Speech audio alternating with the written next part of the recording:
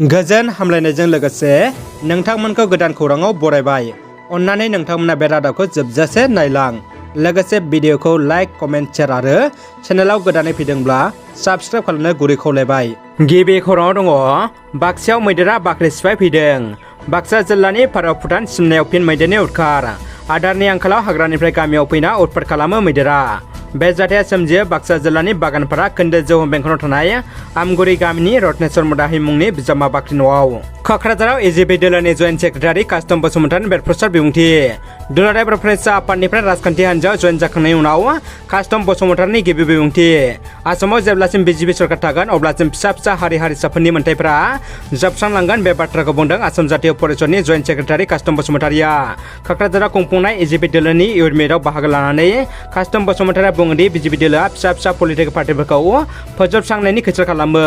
दिनै आसामाव बिजेपि दोलोनि सरकारा ट्राइबेल सुबुंफोरखौ होखारनाय, नासयनाय आरो गादबनाय हिन्दुत्वबादि धोरोमनि गेजेरजों सामलायो होनना गोख्रों बिबुंथि होदों। बिटिआरनि गाहाय खुंगिरि प्रमद बर'जों लोगोसे गुबुन गुबुन राजखान्थि हान्जानि दैदेनगिरिफ्रा बिजेपि राजखान्थि हान्जानि बुलि जानाङा बेनि थाखाय गोख्रों सांग्रांथि होदों।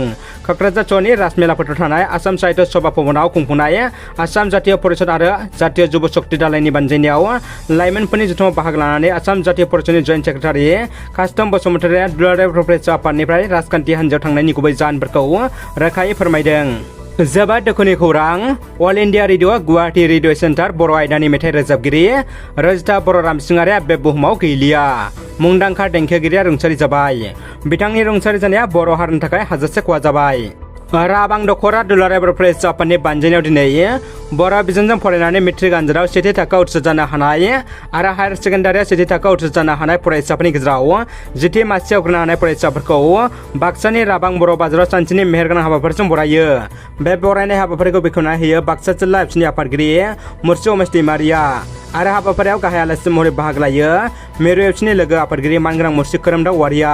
गाहाय आलासि महरै बाहागो लानानै मिरु एबसुनि लोगो आफादगिरि मानगोनां मुर्सि खोरोमदाव औवारिया माहारिनि सत्तआव बर' बिजोङावनो गावनि गथ'फोरखौ फोरोंनानै नाजाथाबनायनि गेजेरजों गथ'फोरखौ सेथि थाखोआव उथ्रिसार होनो हानायनि साफ्रोमबो बिमा बिफानिसिम रोजा रोजा साबायखर बावहरदों।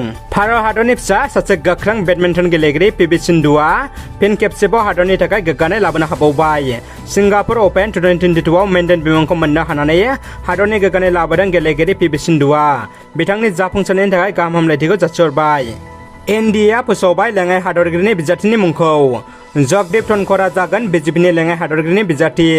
सोनाब बंग'नि दा सोनाब बंग' हादरसानि रायजो बेंगिरि जगदीप धनखड़आ मैया फोसावबाय लेङाइ हादरगिरिनि बिजाथिनि मुंखौ।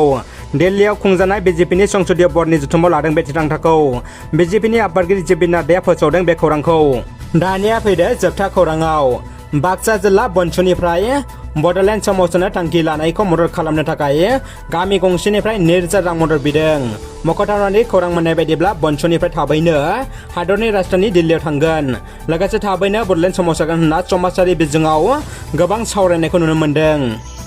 रादाबा एसेनोसै लोगोफोर। रादाबखौ जोबजासे नायनो थाखाय नोंथांमोननिसिम गोजोननाय आरो साबायखर बावबाय। गोजोन्थों।